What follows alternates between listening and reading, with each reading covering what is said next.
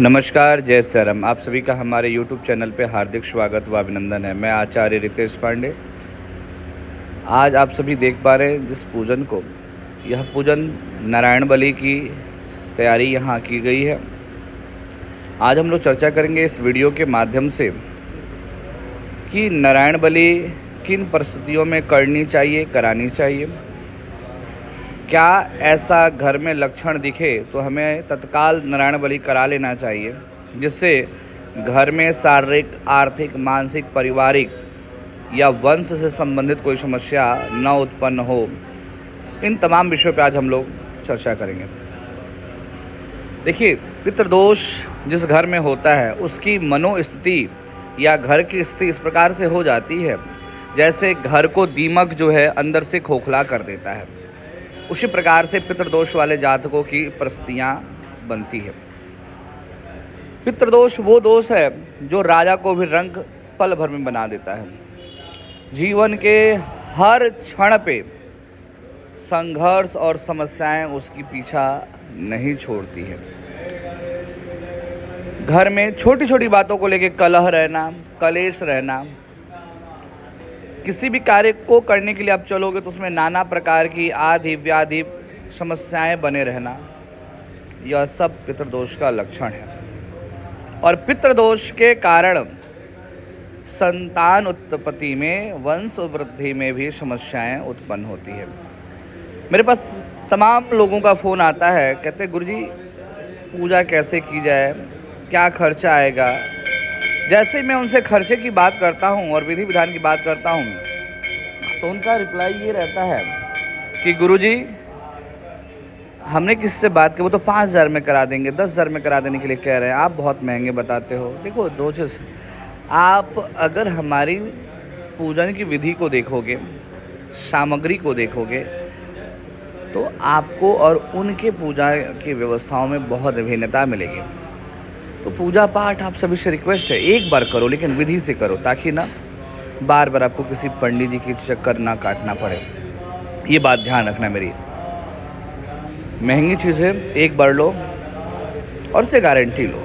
महंगी चीज़ों की गारंटी होती है। हमारे आज तक जितने भी पूजा हुए हैं, आज तक कोई व्यक्ति पलट के ये नहीं कहा कि मुझे बेनिफिट नहीं मिला। ये पूजा फर्स्ट डे से ही जीवन में परिवर्तन लाने लगता है। हाँ, बहुत प्रबल दोष हो तो 45 दिन बाद वो प्रभाव देता है, लेकिन 100% उस व्यक्ति के जीवन में परिवर्तन आया है। हमने कम से कम लाखों लोगों की पूजा सजेस्ट किया है और लाखों लोगों की पूजा अपने सानिध्य में हमने करवाया है। आज तक कोई मुझसे ये नहीं कहा गुरुजी मेरा काम नहीं बना।